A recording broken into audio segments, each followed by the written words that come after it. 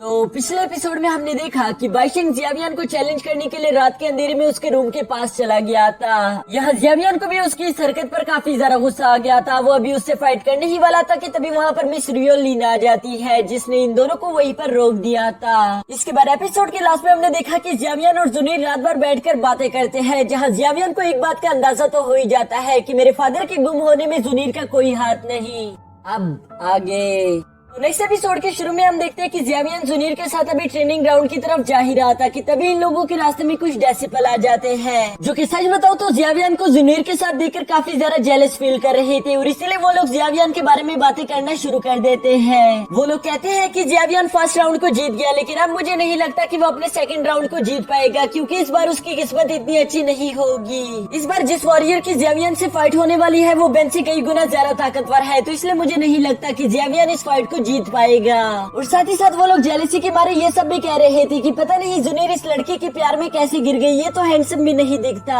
जबकि दूसरी तरफ जुनीर भी ये सब सुन लेती है, लेकिन उसे इस बात से कोई फर्क नहीं पड़ता और हम देखते हैं कि वो जियावियन के और भी ज्यादा करीब चली गई थी। इसके बाद नेक्स्ट सीन में हम देखते हैं कि जियावियन जुनीर को लेकर फाइटिंग ग्राउंड में पहुंच चुका था, जहाँ एल्डर्स उसे वहाँ पर देखकर काफी ज्यादा खुश हो गए थे। वो लोग जियावियन को अपने सामने देखते ही उसकी एनर्जी भी महसूस कर लेते हैं, जिसके बाद हम देखते हैं कि इन सब ने मिलकर जियावियन की तारीफें करना शुरू कर दिया था। वो सब लोग कहते हैं कि मानना पड़ेगा कि जियावियन की डो की पावर्स काफी ज्यादा यूनिक है और इसके अलावा उसकी फ्लेम पावर्स तो काफी ज्यादा खतरनाक है, यहाँ तक मैं उसको महसूस कर पा रहा हूँ। यहाँ वाइस प्रिंसिपल के साथ बैठा हुआ एल्डर कहता है कि मैं इस बात पर यकीन नहीं कर पा रहा कि जियावियन एक पिल मेकर है, क्योंकि मुझे लग रहा है कि उसकी एनर्जी पिल मेकर से कई गुना ज्यादा बढ़ चुकी है। ये सुनते साथ ही वाइस प्रिंसिपल फौरन से जवाब देता है कि मैंने तो यहाँ तक सुना है कि गामा एम्पायर में एक पिल मेकर कॉम्पिटिशन हो रहा था, जिसे जियावियन ने पूरी तरह से जीत लिया था। यानी कि जियावियन एक बेहतरीन पिल मेकर है और मुझे यकीन है कि वो तुम्हारे पिल मेकर डिपार्टमेंट में काफी अच्छा काम करेगा। जिस पर वो पिल मेकर डिपार्टमेंट का हेड कहता है कि ये तो काफी अच्छी बात होगी। अगर जियावियन मेरे साथ काम करना चाहता है तो ये तो काफी ज्यादा अच्छा होगा और वैसे भी मेरे पास एक और अच्छा स्टूडेंट आ जाएगा।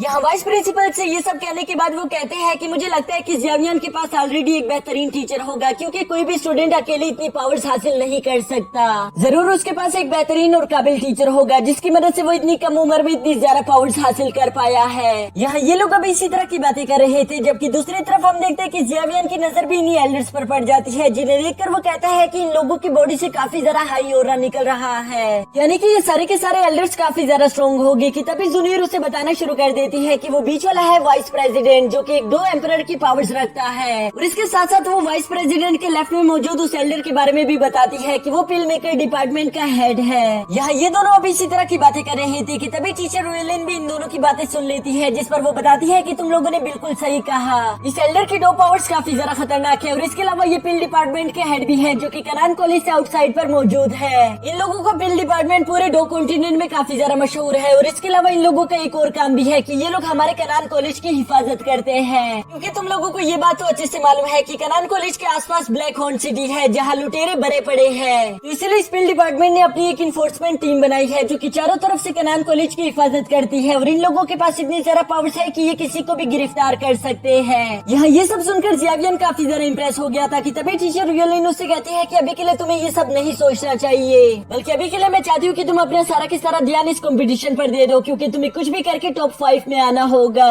ये सुनकर जियावियन उनसे कहता है कि ठीक है मास्टर, मैं आपकी बात समझ गया। यहाँ पर वो अभी ये कह ही रहा था कि तभी अचानक हम देखते हैं कि एक लड़का बड़ी ऊंचे से जुनीर को आवाजें लगा रहा था, जिस पर मिस रियोलिन जियावियन को बताती है कि यही है वो लड़का जिससे आज तुम्हारी सेकंड राउंड में फाइट होने वाली है। तुम्हें कुछ भी करके इस लड़के को हराना होगा। साथ ही साथ वो इस लड़के का नाम लूमो बताती है, जो कि पिल मेकर डिपार्टमेंट से बिलोंग करता था। वो ये भी बताती है कि ये लड़का दिखने में बहुत ही ज्यादा अजीब है, इसकी हरकतें भी बच्चों से कुछ ज्यादा कम नहीं, लेकिन ये खुद काफी ज्यादा स्ट्रॉन्ग है, ये बात तो माननी पड़ेगी। ये सुनकर जियावियन भी थोड़ी सोच में पड़ गया था, जिसके बाद वो अपने मास्टर से सवाल करता है कि मास्टर, क्या आप बता सकती है कि इस लड़के का रैंक क्या है? जिस पर मिस रियोलिन बताती है कि पिछले साल ही लूमो ने अपने डो मास्टर लेवल को अचीव कर लिया था, तो तुम इस बात से अंदाजा लगा सकते हो कि वो कितना ज्यादा स्ट्रॉन्ग होगा। यहाँ पर ये लोग अभी इसी तरह की बातें कर रही थी कि तभी वहाँ पर एक एल्डर खड़ा होकर कहता है कि मैं आप लोगों को इस प्रीलिमिनरी टेस्ट में वेलकम करता हूँ। साथ ही साथ वो आज के फर्स्ट राउंड में फाइट करने वाले वॉरियर्स को भी मैदान में बुला लेता है, जिनमें से एक का नाम था रोवर और जबकि दूसरे का नाम था गोली। यहाँ रोवर की बॉडी देखकर ही लग रहा था कि वो काफी ज्यादा स्ट्रॉन्ग होगा, जबकि दूसरी तरफ हम देखते हैं कि गोली की रफ्तार काफी ज्यादा हाई थी और वो अपनी इसी तेज रफ्तार का फायदा उठाते हुए रोवर्स पर अटैक करते जा रहा था, जहाँ हम देखते हैं कि रोवर को एक भी मौका नहीं मिल रहा था कि वो गोली पर हमला कर सके।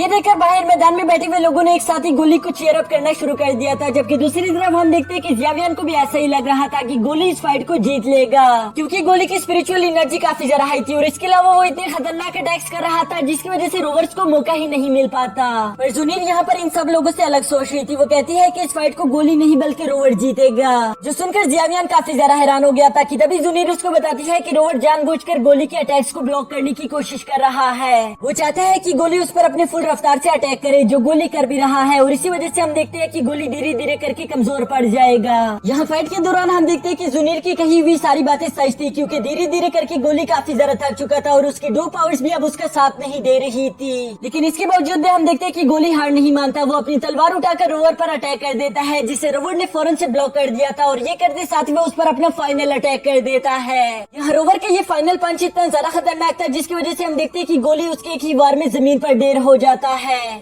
इसी के साथ रोवर यहाँ इस फर्स्ट राउंड को जीत लेता है, जिसके बाद वो एल्डर दोबारा से बताता है कि सेकंड राउंड में जियावियन और लूमो की फाइट होगी। यह अनाउंसमेंट सुनते साथ ही मिस रुएलेन जियावियन से कहती है कि आज चाहे कुछ भी हो जाए तुम्हें हर हाल में इस फाइट को जीतना ही होगा, जिस पर जियावियन मिस रुएलेन से कहता है कि आप फिक्र मत करो, और इसके बाद वो मैदान में इंटर होने के लिए खड़ा हो गया था। यहाँ उसके मैदान में इंटर होने से पहले जुनीर भी उसको गुड लक कह देती है, जिस पर हम देखते हैं कि जियावियन काफी ज्यादा खुश हो गया था और इसके साथ ही वो मैदान में इंटर होना शुरू कर देता है, जिसके साथ ही हमारा ये एपिसोड यहीं पर खत्म।